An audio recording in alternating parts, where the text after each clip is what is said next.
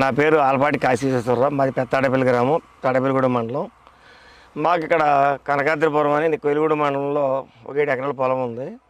దానిలో 2 సంవత్సరాల క్రితం పామాయిల్ పెట్టాము.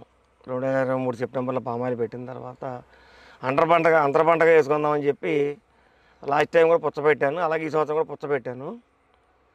జిగనా గోల్డ్ అనే బ్లాక్ కలర్ వెరైటీ. ఇది వచ్చి ఇప్పుడు దగ్గర 60 రోజులు పూర్తవుతుంది. దీనికైతే ఫస్ట్ దీన్ని మేనేజ్మెంట్ వచ్చి చక్కగా దుక్కుతున్న తర్వాత బెడ్లు తోలుకుని డ్రిప్ మల్చింగ్ వేసి గవర్నమెంట్ వారు డ్రిప్ ఇచ్చారు.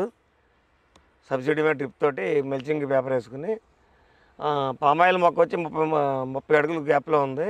ఆ 30 అడుగుల మధ్యలో మూడు లైన్లు పుచ్చపాదు లైన్లు వేసి, అంటే మొక్క నుంచి మొక్కకి 5 లైన్లు వస్తున్నాయి. 7 అడుగులు గ్యాప్ తోటి ఇంచుమించుగా పుచ్చపెట్టాము.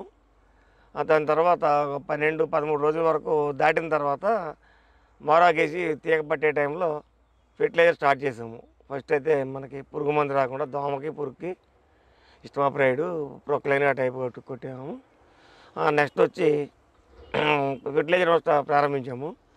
1919, అలాగే 1261 రోజు విడిచి రోజు 2 గొయ్యలు చొప్పున ఎకరానికి ఇవ్వడం జరిగింది. ఆ తర్వాత సస్యరక్షణకి మళ్ళీ తీగ పట్టిన తర్వాత ఎక్కడన్నా మనకు పురుగు కానీ దోమ కానీ కనపడకుండా పసుపు కలరు, అలాగే బ్లూ కలర్ అట్టలు పెట్టి జిగురు అట్టలు పెట్టాము. దానివల్ల చాలా ఉపయోగం ఉంది. మన చేలో ఉండవలసిన దోమ అంతా కూడా అట్టలు కంటిపోయి ఉంది. చాలా నాకు బాగా ఉపయోగపడింది నాకు అది.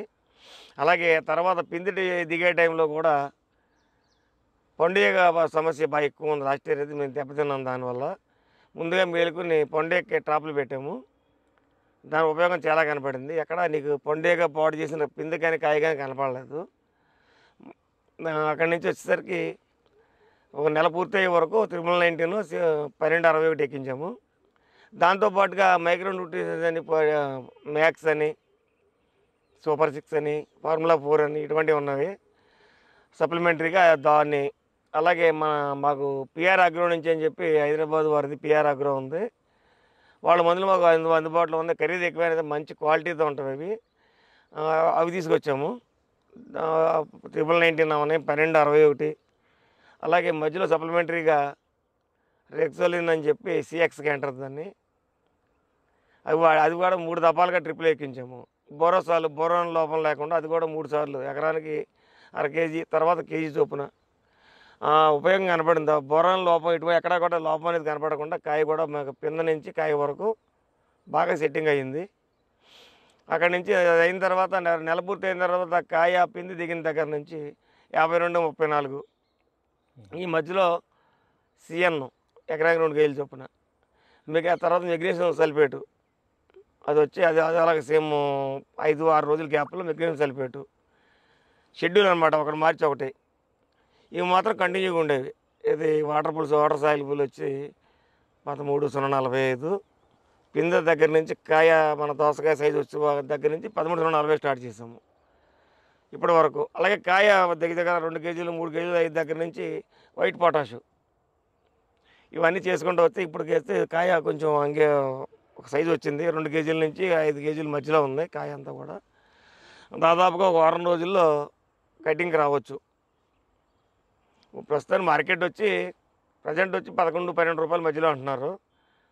చూడాలి, రంజాన్ సీజన్ కదా అని చెప్పి అందరూ ఎక్కువ రైతులు పెడతారు.